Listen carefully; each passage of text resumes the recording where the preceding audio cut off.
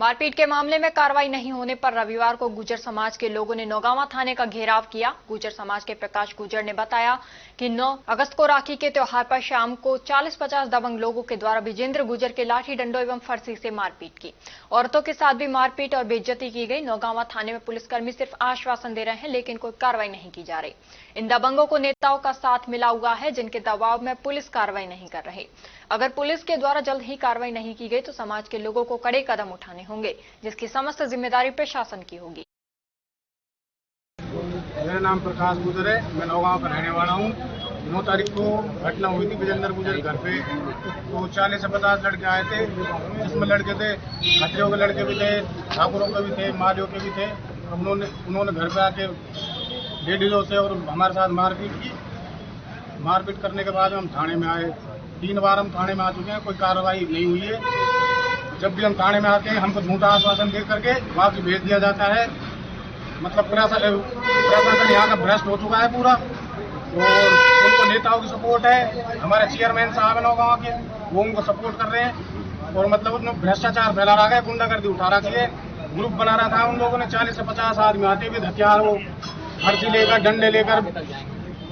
डंडे लेकर मतलब हम चक्कर काट के पागल हो चुके हैं। हमारे थाने की तरफ से कोई कार्रवाई नहीं हो रही है बिल्कुल भी।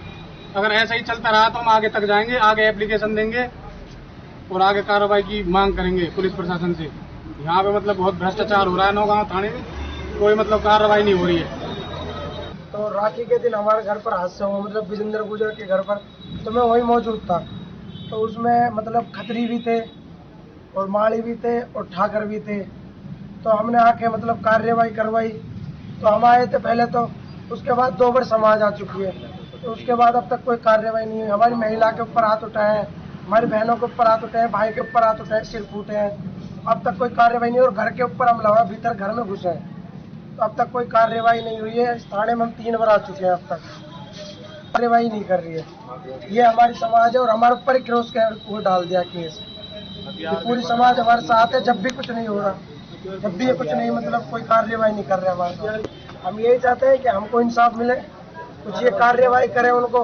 अब तक उन्होंने एक भी गिरफ्तार नहीं करे, सब खुले डोल रहे हैं, सब अपने काम धंधे कर रहे हैं। और सब कोई हथियार लेके आ रहा है, किसी के पास चैन चक्का था, किसी के पास बंदूक थी, सब वो हथियार लेके आए हैं। और कम से कम नहीं 40-70 आदमी थे।